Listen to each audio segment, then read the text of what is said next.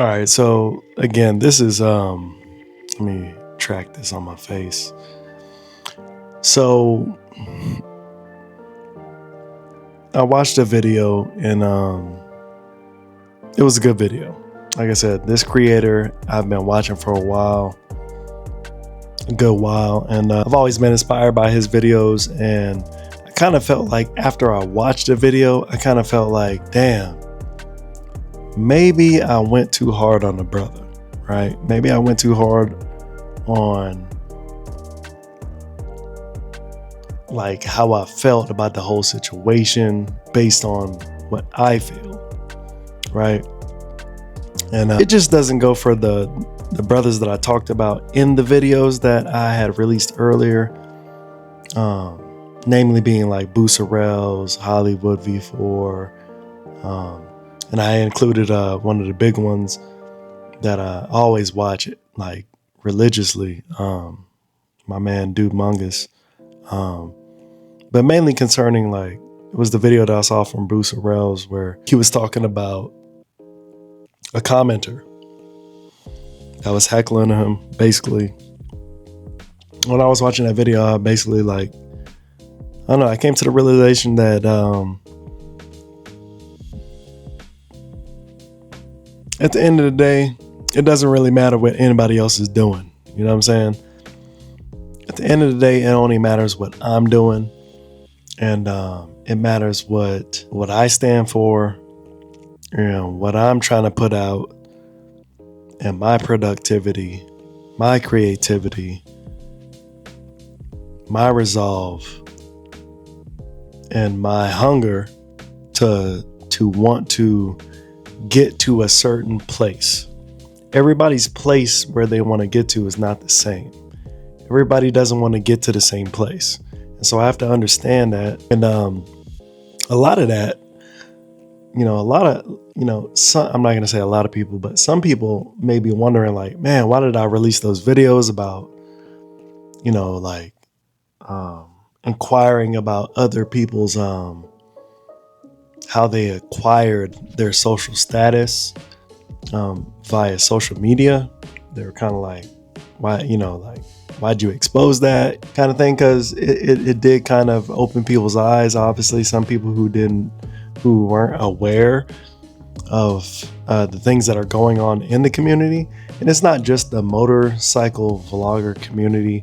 Again, this started a long time ago with me when I was in the gaming community pretty heavy. And I was actually a part of a group. And the people in that group, we made it, I say we, when I joined, they were all about exposing like the corruption, quote unquote, in the gaming community. And they were always on the hunt for people that were trying to excel themselves above everybody else, not necessarily based on their merit or their content, but their ability to appear that they were bigger than what they were. Some would say that people that are in a rush to be noticed over grinding and being noticed organically, obviously. So when I joined that group, I became very, very aware of what people were doing in that community. And that included buying followers, buying views, buying likes, buying engagement and stuff like that. And from that point on, I always had a skeptic mindset when it came to the people that I watched. And I just naturally watched how they grew, and I wanted to emulate some of the things that I saw that they did that would possibly help me in my growth based on what I was doing. So when I was dabbling in the gaming world and still doing the tech, I implemented a lot of that stuff. And also at the same time, I watched a lot of the tech people that I was watching that encouraged me to make more tech videos. I started to investigate like what they were doing on different social platforms so I could try to see what I could do to make myself better. And that led to a lot of disappointment because I realized at that time, especially in the tech and the game world, that a lot of people were faking the funk, and they were doing it at such a level that it was very smart. They were steadily increasing their awareness as they posted content. And basically they were like drip feeding engagement. And what I mean by engagement is that they were drip feeding subs and views. And it took me a while because I didn't have Chat GPT back in 2015. It wasn't even a thing. I was trying to figure out, what are they doing? Like I know a certain level of what people are doing. They were using what do they call it? Sub panels. I think they call it sub panels. I became aware of like certain sites like Black Hat World and things of that nature. And that's when I started like edging into SEO. And I started realizing like, okay, maybe it's just SEO. Maybe that's what I need to do. SEO, titles, descriptions, things of that nature, tag words. And I started realizing that, damn, when you go to Black Hat, like when you're going Black Hat, like all you got to do is, it's like automatic. All you got to do is pay to play. And I was just like, damn, what the hell? You know what I'm saying? Like, what the hell is going on? And then it opened up my eyes to what people were actually really doing to get the attention or to command the attention that they really wanted. And so I'm not naive to this YouTube thing, to the social media thing. And so I think that it kind of just boiled over after a while when I started seeing some of the people that I was watching being highly successful, and naturally me having that prior experience, like, what are they doing? And so that's why I started going back and tuning into the Social Blade and tuning into the tools that you can use to watch other people, to see how they grow, and what they're, what they're producing, et cetera, et cetera. If you watch the other videos that I put out about those creators. And so I'm very savvy about knowing what I'm seeing and knowing certain things that are right and aren't right. And I think what it was is that it led me to feel like I'm putting in all this work. Let's see. So I think it annoyed me because when I quit my tech channel, when I say I quit, I mean that I was making money from my tech channel. I was making money. I was getting jobs in. I was completing jobs. I was putting out videos, and it became very robotic. I was also monetized, so I was getting money from monetization. And I worked myself all the way up organically because I was so afraid because of the gaming community that I was in. I was so afraid to even contemplate cheating, because all they were really doing in that community, which I found out, was that they were basically an exposed community, and we would go around exposing people who were cheating. And so as I was building my tech channel simultaneously, I felt very aware of what people were doing, and I felt very aware of what the tools that were available to me to elevate myself quickly or continue to doing it organically. And so I built that channel, and I remember my breakthrough, I felt like, was when I was at 3,000 subs. I felt like I was on top of the world, and I kept doing it. I was getting jobs in, I was getting sponsors in, I was reviewing endless products. And it just got to a point where when I started reaching like 10,000 subscribers, where I was just like, damn, I don't want to do this anymore because it just feels robotic. I didn't really have a passion for it anymore. I kind of lost my way in a way because I ended up I was doing it for the wrong reason. I ended up doing it because I felt like, damn, if I can get big, I can make money from it. And so after a while, it just didn't seem like it was worth it. And so I quit that, and literally I just stopped posting. I just focused on me. I had a lot of stuff going on, and I was just like, you know what? That's like the least thing I need to worry about. And I was getting pretty good money. I was getting pretty good money, right? It was to the point where like the minimum job that I would take would be like $500. And we didn't have shorts back then in like 2015, 2016 and stuff like that, going up. We didn't have shorts back then. So I was making good money. I was charging like 1 to 2 cents per subscriber that I had, no problem, things of that nature. And so I just quit, man. And when I started this motovlog channel, I started it simply because I've always had a passion for motorcycles, and I just wanted to do that, and I wanted to capture it. And it was something completely different from the tech world, where I wasn't trying to gain anything. I just wanted to document my experience. And as I developed my craft and what I was doing, and then I started getting involved with other people, seeing other people doing what they were doing, naturally my talent and my curiosity of what can I do to make this better, how can I make my content better, that grew. And decided that this is what I want to do. I want to do motovlogging. And so I've put everything I've had into it.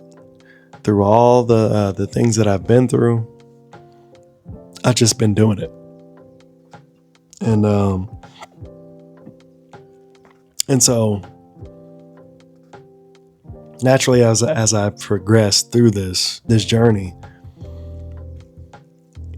my mind, my curiosity from the people that I watched, it all came to a certain point where I was just like, look, I feel like I've been doing a lot of grinding, and I want to see where I stack up compared to the people that are either in around the same area that I'm in, or above, or way up there, like the fast lane Ds and stuff like that. I just want to see where I stack up. I want to see what they're doing. I've seen the content that they produce. I want to see what they're doing as far as like their content scheduling.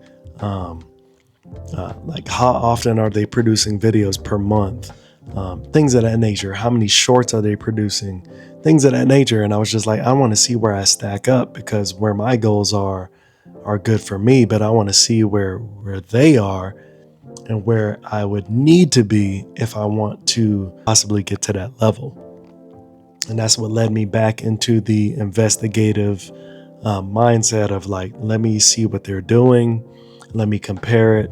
And so that's kind of where it all kind of went sour for me in a way, because again, I can't say these people are outright cheating, and it's not everybody, but the people that I have gone through, that I watch, that I'm subscribed to, I started looking at a lot of things, and I started noticing a lot of behavior. Like, for example, like, what's that brother's name? What's that brother's name? CK Spazin. I think his name was CK Spazin. And when I was looking at possibly getting the Gixxer 750, I started watching him pretty heavy, and I noticed that he blew up. Like, he blew up. You know what I'm saying? Like, he was putting out good content, and I was just like, damn, this brother doing the damn thing. And what really caught my eye about him was that he's from the city that I'm from, tiny ass city, LaPorte, Texas. And so I gravitated to him because I was like, damn, this boy is in the same city. So I was watching him, and I didn't understand how his numbers were growing, but yet his upload consistency was dropping. And in my opinion, when you're grinding, trying to get monetized by YouTube standards, that just means that everything that you're producing after you get monetized has a better chance of making you money, right? Revenue on top of what you're doing. So that should naturally incline you to keep producing content that you're already doing, because that means it's just free money. So I didn't understand why it was opposite. I was like, damn, that's weird. And then I just kept watching people that I naturally just gravitated to in the motovlog scene. And eventually I started comparing my schedules that I was doing compared to their schedules. Like, what are they doing? How often are they uploading videos? I need to upload similar. That's why I was starting to be like, look, eventually I want to work myself up to releasing one video a day. But I at least need to release a long format content video a week and things of that nature. That's how my brain works. It's just how my brain works. And so when I started looking at the tools that I've used prior, Social Blade, things of that nature, I started looking, and naturally being in those groups in the gaming and tech community where I was like seeing people red-handed just botting views and subs, I was just like, wow. I was really caught off guard, because the things that I was seeing and the things that I am seeing from a lot of the people that I'm watching just looks like red flags. And not everybody, you know what I'm saying? It's not everybody, but the people that I'm seeing is just like, this is crazy. Like, why are they doing this? It didn't make sense to me. Like, they appear so successful. I don't understand why they would do it. And it just kind of gradually made me realize, like, even now when I watch that video from Busa, like, you know, there's more than one way to skin a cat, right? And the way I'm trying to do it is the hardest way. It's the hardest, longest, loneliest road to travel, because you're trying to do it all organically. Now, I'm not saying that I have not purchased, promoted content. Let me go to my content in YouTube. As of today, I've promoted 4 videos.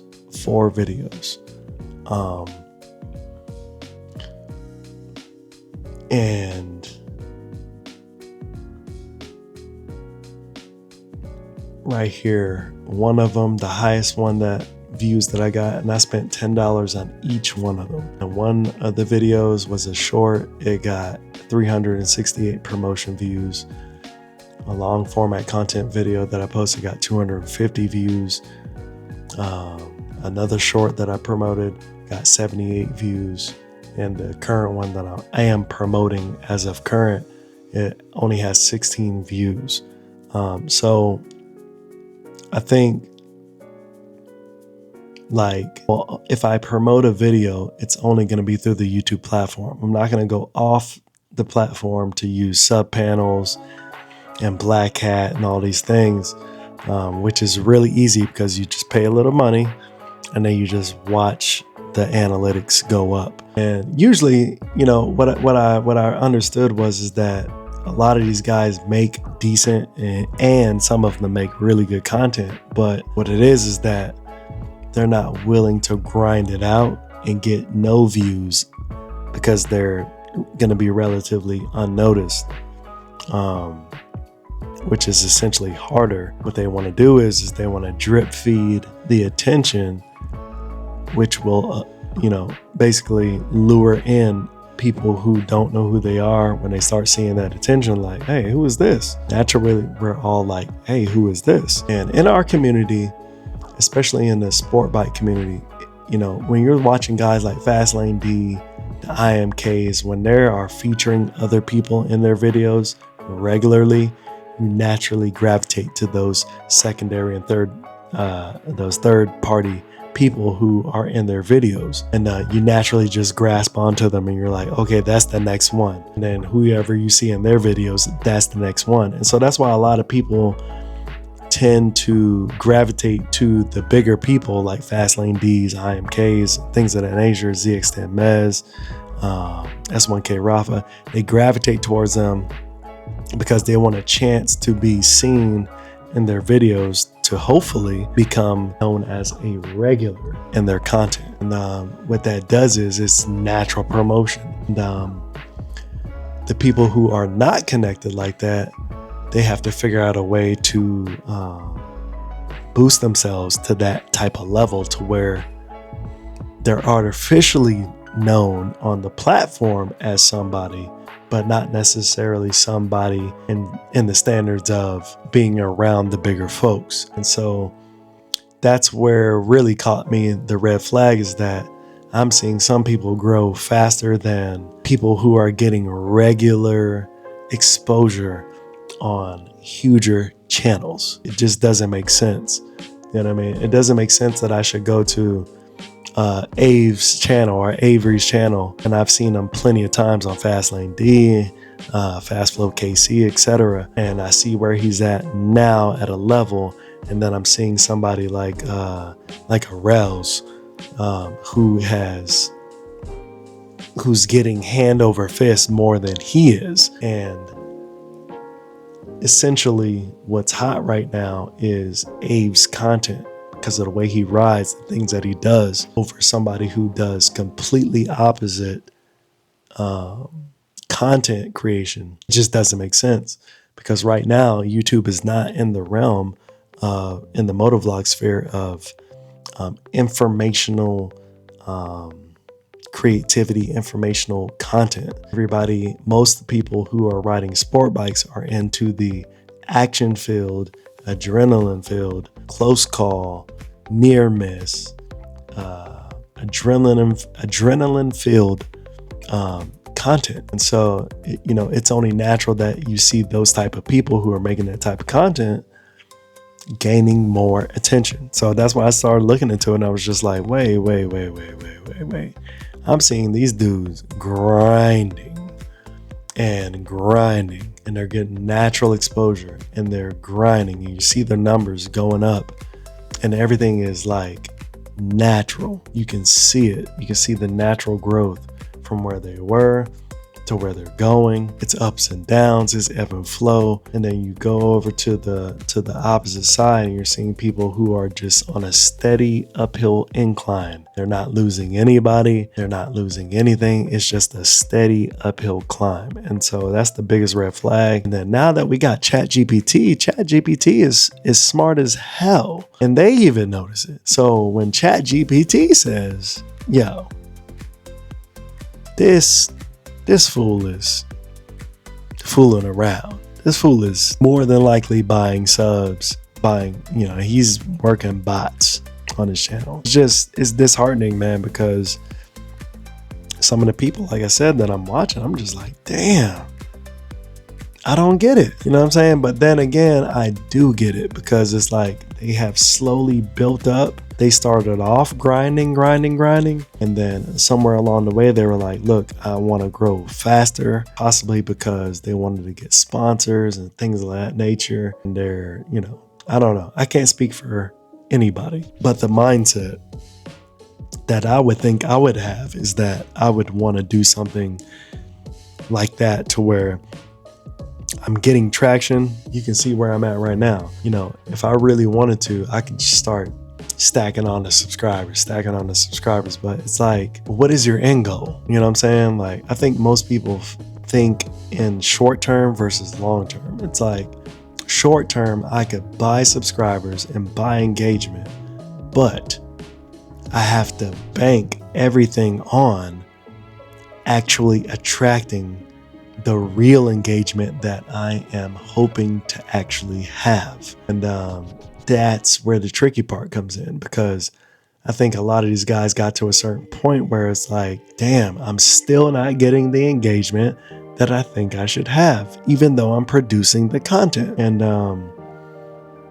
I feel like you end up in an endless cycle where you just have to continue to buy the engagement, being in hopes that you still hopefully feel that eventually the engagement will come. And some of these guys have done it. You know what I mean? Some of these guys that I've seen, it looks like it has worked to a certain extent. But when I see somebody that has like well over 100,000+ subscribers versus somebody else who has the same number and the engagement looks